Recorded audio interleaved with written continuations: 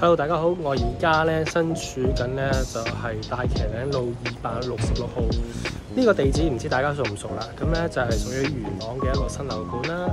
咁之前咧都賣得幾好嘅，都賣咗90%幾嘅啦。咁啊，剩翻一啲嘅特色單位。今日咧發展商咧就特色單位咧就減咗價啦。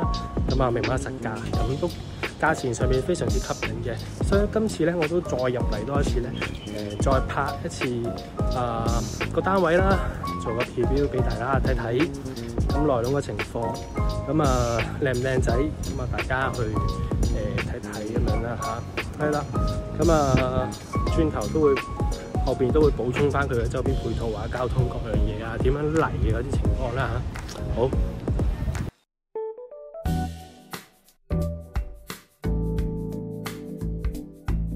呢一間咧就2房連天台啦，咁啊488尺嘅室內面積，連天台咧就520尺嘅平方尺嘅。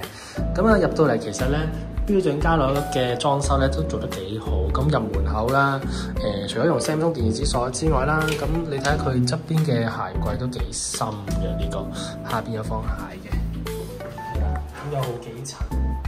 都比較深啲，咁啊放嘅鞋咧都會比較多少少，咁呢個矮少少啦，咁啊可以放翻啲出入門口準備定嘅嘢嘅，係啦，咁有樓下嘅通訊設備啦，咁門口咧仲有個電阻位喎，係啦，咁全屋咧都用翻個木紋嘅磚地，咁啊入到嚟啦，咁啊廚房位，咁另外一邊咧都仲有一個櫃。咁如果自己有餐台都可以放到餐台。咁呢度咧係屬於3米嘅樓底高，咁計埋地板嘅話咧，咁實質其實都係2.9幾嘅樓底高。客用嘅浴室位置，咁已經係設計成一個淋浴式嘅空間。咁浴室嘅旁邊咧就係客房嚟嘅。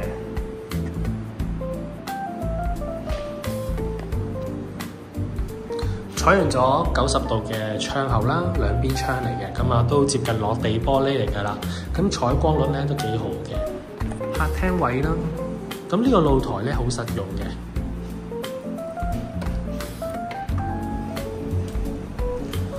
呢個露台咧，今日採用咗3合1嘅設計，冷氣機位啊、工作平台、露台加埋一齊用，咁變咗咧非常之實用嘅。咁啊喺呢個位置你見到啦，咁啊整咗個木板啦。咁係播翻你可能平時即係擺張高少少嘅凳啦，就坐喺度一路睇報紙啊，一路食你嘅早餐啦，或者係放一杯嘢飲夜晚啊，去做一個消遣都得嘅，咁非常之好嘅。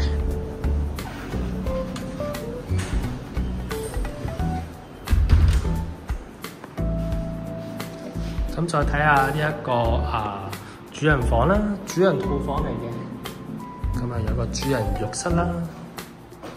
咁啊有個抽濕布啦，咁啊都係一個企缸嘅設計。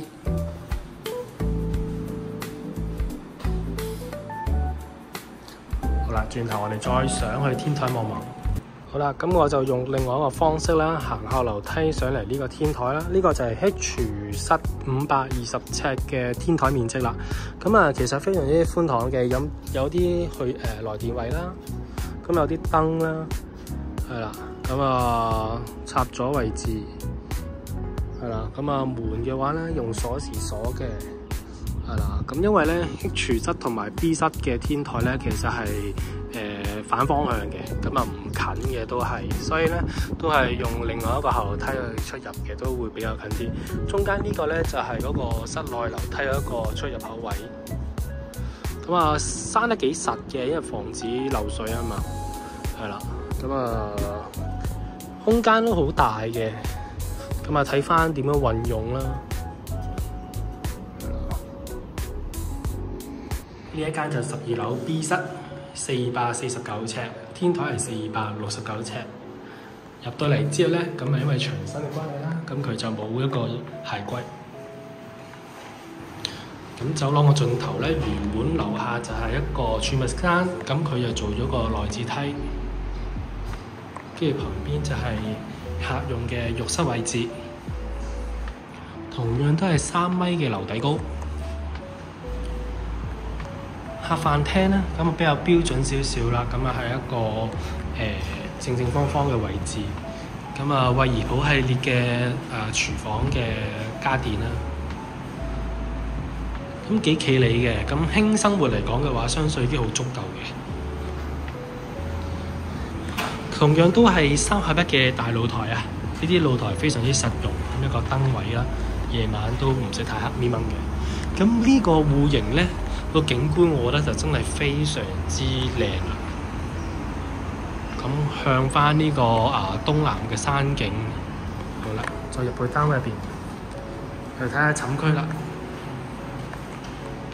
客房嘅位置啦。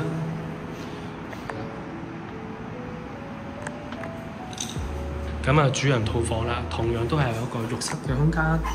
咁呢個浴室咧都係採用咗淋浴嘅設計啦。咁啊，浴室寶啦，主人房啦。呢個主人房咧，睇平面圖都知啦，都比較特別少少嘅。咁佢又唔係傳統嘅長方形啊、正方形嘅喎，鑽石嘅主人房嚟嘅呢間。景觀一樣都係望翻綠油油嘅山景。好啦，轉頭我哋睇埋個天台。呢個咧就係469尺 B 室嘅天台嘅地方啦。咁見到啦，中間都係啦，來自樓梯嘅出入口位啦。咁都係 B 室啦嚇，都係主人房一個鑽石嘅形狀。佢呢度都有個鑽石形狀喺度。咁啊呢度咧，咁有個可以自己整嘅來去水嘅地方啦。咁呢個咧469尺，咁啊都係。雖然係尺數比頭先520尺細啲，但係咧，我覺得如果你有活動範圍咧，我覺得呢一個咧可能會叫做吸引啲啦，因為咧佢嘅出入口位咧就唔係整喺中間，咁啊整埋邊，咁變咗咧有一個廳同房嘅空間呢個位置啦嚇，咁其實就活動空間會大啲啦，我就覺得。好啦，最後一間咧就係地下花園 A 室啊。咁呢一個咧係屬於2房套連工人套房嘅單位。咁啊，室內空間咧係494尺。咁啊，花園咧係760平方尺啊。花園好大啊！你睇個比例已經知道啦。咁呢個地方咧，由大門入到嚟之後咧，咁啊直接行過嚟呢邊啦，有唔使搭電梯㗎啦，唔使搭升降機㗎啦。咁左右兩邊 A、B 室，咁喺 B 室已經賣咗㗎啦，1房間隔。咁啊而家咧就係 A 室啦，係屬於2房間隔。咁啊門口咧有幾級樓梯嘅，係啦。咁最主要都係呢邊嘅入口位置。咁呢個咧就係佢嘅大花園啦。咁見到咧，其實都擺放咗一啲嘅凳台凳啦，咁啊燒烤爐嗰啲設備咧都已經放咗喺度。咁單車唔係包埋嘅，因為而家現時咧呢個地方咧就佔用於呢個售樓位置，所以入邊會見到好多偏袒嘅嘢嘅，就係啦，因為你呢邊買咧都係落嚟呢度簽約嘅。好啦，咁我哋再睇下呢個室內先。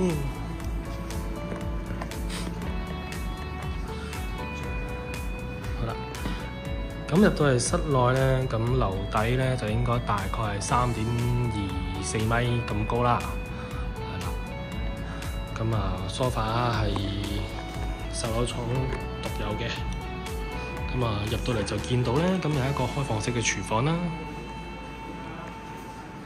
咁廚房後邊咧，咁就經一個儲物室。儲物室咧係連埋個洗手間嘅。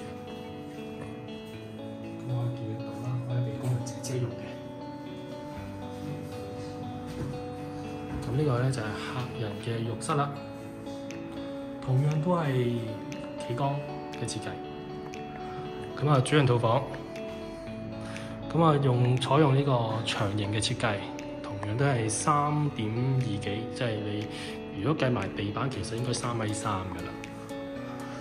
係啦，咁啊，主人房咧係有個浴室嘅，差唔多嘅設計嘅啫。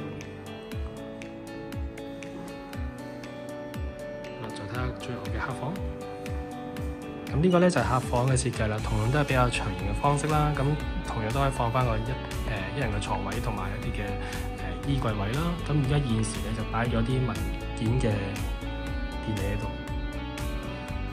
咁景觀都可以直接望翻出去嘅花園嘅。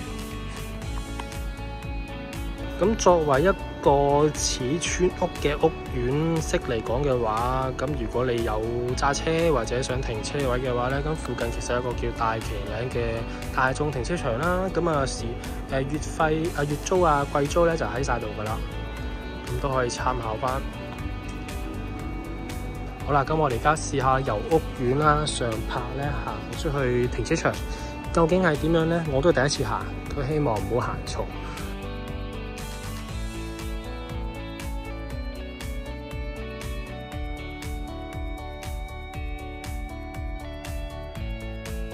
咁我哋行到嚟呢一度咧，行咗接近2分鐘啦，2分鐘啦。咁就見到啦，呢個係停車場嚟嘅，呢個就應該叫大眾停車場啦，係啦。咁呢一度停車咧，就可以經過呢個閘口咧，再行去，沿住呢條小路下去啦。咁另外，如果唔係自駕人士嘅話咧，咁可以喺大欖隧道啦，又或者係原點呢一個巴士站啦，可以乘坐呢個68E 或者 F 咧，咁就係可以咧去到呢一個上月坊出邊嗰個巴士站，嗰個叫做蝶翠峰站啊。咁落車之後呢，咁就會經過七仔同埋呢一個惠康嗰個小路啦。咁沿途都經過啲茶記自提站嗰啲啦。咁行去屋苑呢，其實都算快捷嘅，係啦。咁大概都係2分零鐘到啦。係啦，咁已經到噶啦，咁亦都係非常之方便。咁呢個呢，我覺得就非常之符合翻自己搭公共巴士啊，因為佢呢個路口呢，翻嚟嘅落車站亦都近翻個路口啦，或者要出翻去嘅話呢，就喺對面上車嘅啫。咁都好快捷，因為呢一批單位呢，禮拜日咧開賣啦。如果想睇樓嘅話，快啲聯絡我啦。多謝收睇。